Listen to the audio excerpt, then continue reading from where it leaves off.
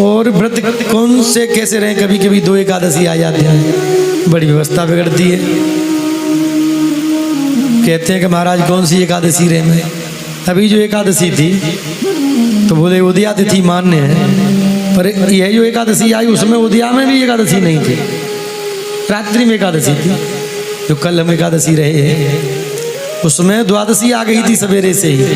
तो व्रत किसका हुआ, एकादशी का हुआ कि द्वादशी का? द्वादशी का। पर शास्त्रों में ऐसा नियम है, अम्बरीश जी की कथा आपने कल सुनी, परसों सुनी होगी। अम्बरीश जी कौन सी एकादशी रहते थे?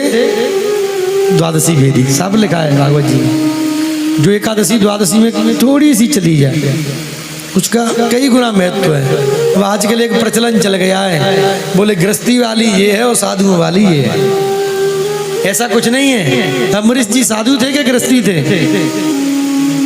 अरे 3 पुत्र थे, 13 रानियां थी, चक्रवर्ती सम्राट थे, पूर्ण गृहस्थी थे अम्बरीश जी तो। फिर भी वो दूसरी एकादशी रहते थे।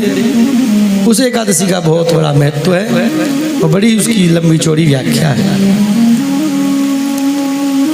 तो द्वादशी भेदी रहे तो ज़्यादा श्रेष्ठ है। उसमें कभी कभी ऐसा ही होता है कि वो एकादशी बिल्कुल रोल कहते हैं कितने बजे तक है महाराज, एकादशी तो बिल्कुल ना है तो बिल्कुल नहीं, थोड़ी बहुत तो है, जब ही तो दूसरी है, नहीं दूसरी क्यों होती? फिर तो एक ही सर्वेशाम हो जाती। और कभी कभी एक ही होती है, वो सच जिसमें लिखा रहता है पंचांग में सर्वेशाम, तो एक ही होती है फिर सबकी।